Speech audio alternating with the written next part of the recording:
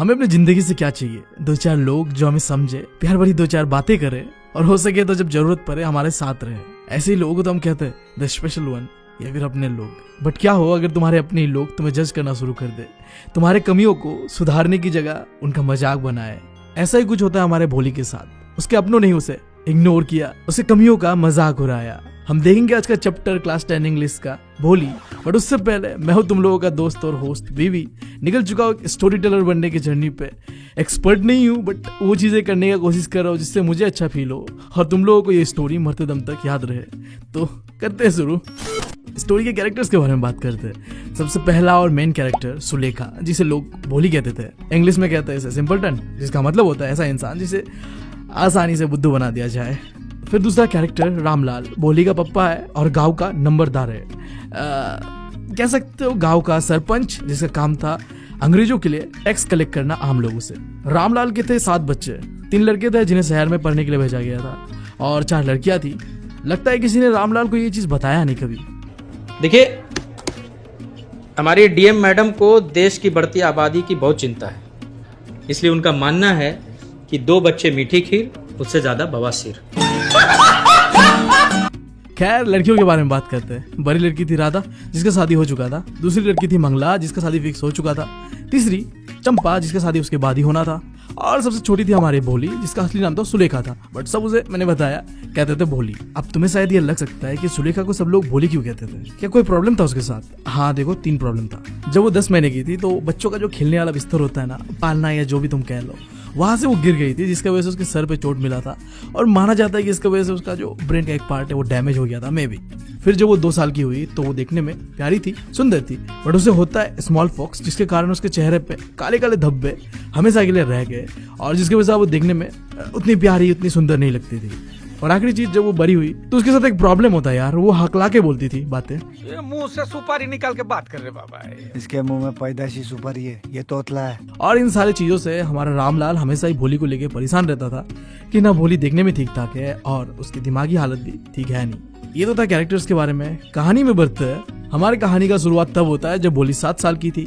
उसकी बहन मंगला का शादी हो चुका था और उसी समय गांव के अंदर में एक प्राइमरी स्कूल खुला था, जिसका ओपनिंग सेरेमनी पे आया था तहसीलदार साहब। अब तहसीलदार यानी कि रेवेन्यू ऑफिसर कह सकते हो। देखो, नंबलदार जो होता है वो गांव का सरपंच होता है, हेड होता है, जो कि टैक्स कलेक्ट करता था आम लोगों से और कलेक्ट करके देता था तहसीलदार को। और ये तहसीलदार था रेवेन्यू ऑफिसर, जो रेवेन्यू को कलेक्ट करके अंग्रेजों तक पहुंचाता था। तो यही था ये सीन। अब इस ओपनिंग सेरेमनी में तहसीलदार साहब ने रामलाल से कहा कि देखो रामलाल, तुम हो गांव के सरपंच और हमारे गवर्नमेंट के रिप्रेजेंटेटिव। तुम्हें अपने लड़कियों को स्कूल भेजना चाहिए ताकि गांव के अंदर में एग्जाम्पल सेट हो कि गांव का जब सरपंच स्कूल भेज सकते हैं लड़कियों को, तो हम क्यों नहीं भेज सकते। अब देखो, वहाँ प्रॉब्लम ये था कि गाँव के लोगों का मानना था कि लड़कियों को स्कूल अगर भेजा ना तो उनका शादी नहीं हो सकता। तो अब हमारे रामलाल गिर गए धर्म संकट पे। ना वो तहसीलदार साहब को मना कर सकते थे और ना वो अपनी लड़कियों को स्कूल भेज सकते थे। अब इस प्रॉब्लम को उसने अपने पत्नी को बताया और उसके पत्नी ने कुछ ऐसा कहा, हाँ तो आप भोली को काहे स्कूल नहीं भेज देते? वैसे भी उस बदसूरत और कमकल लड़की से कौन ही शादी करेगा? पागल औरत, तुझे अक्ल है? तू क्या बोल रही है? अक्ल है? अबे ये औरत कैसी है यार, अपनी बेटी के बारे में ऐसा सोचती है। इसे देखने के बाद ना अब तो मुझे लगता है कि मेरी हिटलर मॉमी ठीक है, जो भी है जैसी है इससे तो अच्छी है। रे बाबा, रे बाबा, रे बाबा, अरे देवा देवा देवा, मैं तो तेरे को हरामी समझता था, तो राम निकला रे, देव मानुस निकला रे। अब अगले दिन रामलाल तैयार हुई भोली के साथ स्कूल जाने को। बट हमारी भोली थी भोली, उसे थोड़ी पता था कि स्कूल क्या होता है। उसे लगा कि कुछ दिन पहले जो उसकी गाय लक्ष्मी थी, जिसे शहर में लेके जाके बेच दिया गया, उसके साथ भी कुछ ऐसा ही होगा, तो वो जाना नहीं चाहती थी। अब इससे हमारे रामलाल जी को थोड़ा गुस्सा आया और उन्होंने कहा, अरे पागल लड़की, क्या हुआ है तुझे? मैं तो तुझे स्कूल ही लेके जा रहा हूँ। अजी सुनते हो, इसे कोई ढंग के कपड़े उपड़े पहनाओ, वरना स्कूल के मैडम लोग हमारे बारे में क्या ही सोचेंगे। देखो, आज का दिन हमारे भोली के लिए थोड़ा खास था। उसने कभी जिंदगी में नए कपड़े तो नहीं पहने थे, हमेशा ही उसके बहनों के जो पुराने कपड़े होते थे, गंदे धुले मेले, उन्हें पहना करती थी। बट आज, क्योंकि आज वो स्कूल जा रही थी, तो उसके बहन चंपा के कपड़े जो चंपा को फिट नहीं होते थे वो उसे मिले। उसे ढंग से नहा धोआ के तैयार करा गया और स्कूल लेके जाके हेडमास्टर्स के पास छोड़ दिया गया। अब इमेजिन करो वो दिन जब तुमने पहली बार स्कूल के अंदर में एंटर किया था, अपनों से दूर, अपने मम्मी से दूर, अपने पापा से दूर, अनजान लोगों के साथ अनजान दोस्त बनाना काफी डिफिकल्ट होता है, राइट? मेरा हाल तो बहुत ही गंदा था। आज भी मेरी मॉम कह के मुझे चिढ़ाती है। क्लास के अंदर में एंटर करने के बाद जैसे ही मॉम चली जाती है ना, मैं जो रोना शुरू करता हूँ ना भाई, मिट्टी में गिर गिर के रोता हूँ। कोई मुझे संभाल नहीं पाता है। ना चाहते हुए आखिर में मैम को, मेरी मॉम को बुलाना होता है और फिर हम घर चले जाते हैं। ऐसा करके 5 दिन लिटरली, और ऐसा कर करके 5 दिन लिटरली यही होता है। क्लास के अंदर मैं एंटर करता हूँ, पागल की तरह रोने लगता हूँ और आके मॉम फिर मुझे लेके चली जाती है। खैर मैं तो बहुत बड़ा डरपोक था, बट भोली देखो डरी तो हुई थी, आंखों में डर था उसके, बट वो चारों तरफ देख रही थी। कई सारे क्लासरूम्स थे जिनके अंदर में कई सारे लड़कियां, कोई लिख रहा था, कोई पढ़ रहा था। हेडमिस्ट्रेस ने भोली को क्लास के एक कोने में बैठा दिया। हमारे भोली को स्कूल क्या होता है वो चीज तो पता नहीं था, बट हाँ वो खुश थी क्योंकि उसके सामने कई सारी लड़कियां, कोई पढ़ रहा था, कोई लिख रहा था। उसे लगा कि इनमें से कोई एक तो उसका दोस्त बनी जाएगी, जैसे हम सबको भी लगता है, राइट? पहला दोस्त, आई डोंट नो तुम लोगों को पहला वो दोस्त याद होता होगा कि नहीं होगा, या तुम्हारे साथ हो आज भी वो, बताना कमेंट्स में। क्लास के अंदर में एक लेडी टीचर एंटर करती है और बच्चों को कुछ पढ़ाने लगती है। बट हमारा भोली का तो पहला दिन था ना, तो उसे कुछ समझ नहीं आ रहा था कि ये क्या पढ़ा रहा है। वो चारों ओर क्लास के देख रही थी और उसने क्लासरूम के दीवारों पे कुछ पिक्चर्स देखा। लाइक एक ब्राउन हॉर्स दिखा उसे, जो उसके जो तहसीलदार साहब थे उसके हॉर्स जैसा ही था। एक काली बकरी का पिक्चर जो कि बिल्कुल उसके पड़ोसी की बकरी की तरह ही दिख रही थी। एक हरा तोता जो कि उसके आम के बगीचे में जो तोते आते थे उसी की तरह था। और एक गाय का पिक्चर जो कि बिल्कुल उसके लक्ष्मी की तरह दिख रहा था। वो इन चीजों को ऑब्जर्व कर ही रहा था। अचानक से एक मैम उसके पास आती है और कहती है, बेटा तुम्हारा नाम क्या है? भो भो भो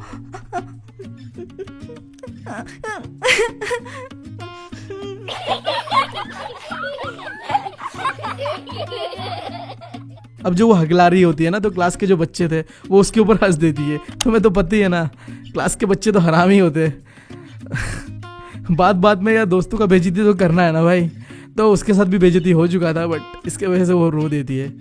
एंड देन थोड़ी देर में स्कूल का घंटी बजता है और जितने भी लड़कियां थे वो दौड़ दौड़ के अपने घर की ओर निकल पड़ते हैं। बट हमारा भोली बहुत अपसेट, बहुत दुखी एक कोने पे बैठा हुआ था। अब वो लेडी टीचर वापस आई और उससे पूछा, बेटा उठो, अब बताओ तुम्हारा नाम क्या है? बहुत ही मीठे और प्यारे वाले वॉइस में। यार तुम्हें तो पता ही होता है ना, इंग्लिश वाले टीचर कितने क्यूट होते हैं।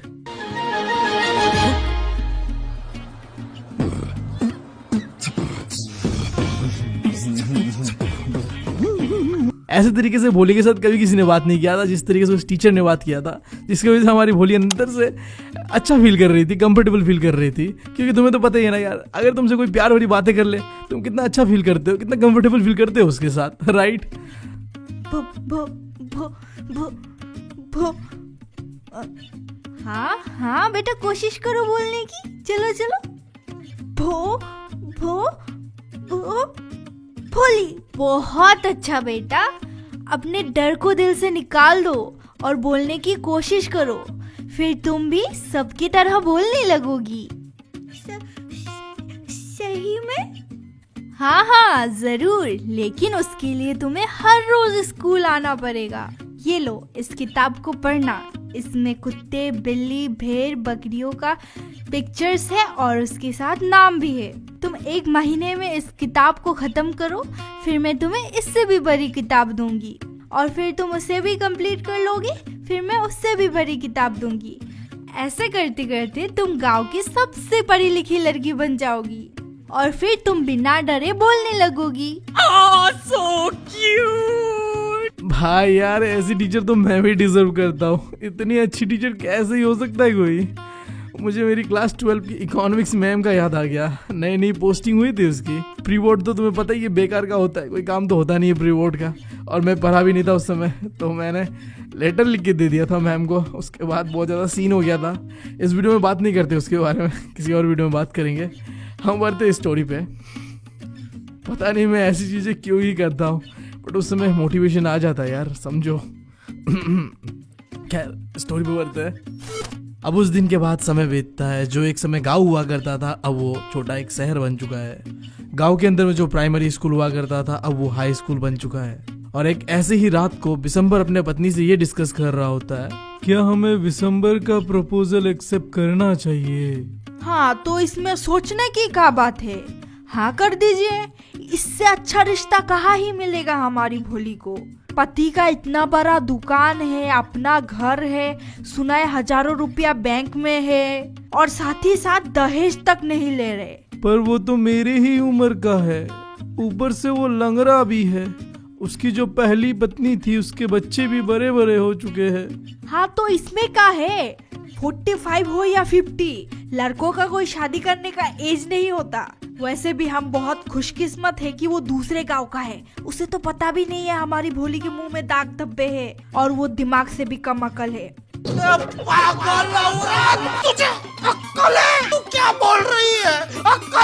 अगर हम इस रिश्ते को टुकरा दे तो फिर हमारी भोली ऐसे ही कुंवारी रह जाएगी। हाँ पर मैं सोच रहा था कि हमारी भोली क्या बोलेगी।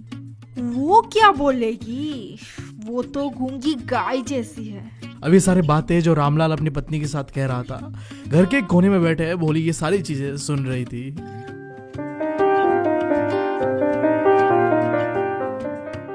भाई साहब, दुख दुख दुख, जिधर देखो ना भाई साहब एक ही चीज दिखता है, दुख। काश कोई हमारे जिंदगी में डोरेमोन बन के आता और जिंदगी संवार देता, एक नई बहार देता। सही बात है। खैर मैं ये बता रहा था कि वो जो दिन था जिस दिन भोली पहली बार स्कूल गई थी, उसके बाद सीन डायरेक्ट शिफ्ट होता है कई सालों बाद, जब भोली बड़ी हो चुकी थी, उसका उम्र हो चुका था शादी करने का, और कोई बिशंबर नाम का बुड्ढा था जो कि भोली से शादी करना चाहता था। और भोली का माँ और बाप ये डिस्कस कर रहा था कि भोली को शादी दे या ना दे। डिस्कस क्या यार, माँ को तो देख के नहीं लगा वो डिस्कस कर रहा था, बट जो भी हो उसकी शादी का बात चल रहा था, ठीक है। अब देखो आगे होता है क्या। अब एक मिनट रुको और मेरी बात सुनो। ये क्या है तुम मुझे बता सकते हो? बस 29% लोगों ने सब्सक्राइब किया चैनल को, बाकी लोग कर क्या रहे हैं? तुम लोग शादी में आए हो। हाँ, मेरी तरफ से मैं इतना एफर्ट डाल रहा हूँ और तुम लोगों की तरफ से तुम एफर्ट ही नहीं डाल रहे हो यार। तुम्हें पता नहीं है कि इस चैनल के बारे में सिंगल बाबा का श्राप लगा हुआ है इस चैनल में।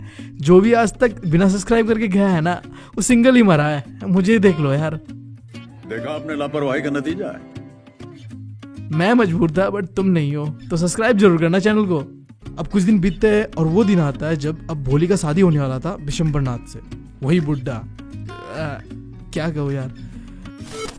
अब बिशंबर नाथ धूमधाम से अपना बारात लेके आता है, उसकी फैमिली, उसका फ्रेंड्स सब आते हैं उस बारात में। और जैसा एक टिपिकल इंडियन शादी होता है जहाँ बाराती आता है डांस वांस फुल इंडियन म्यूजिक के साथ।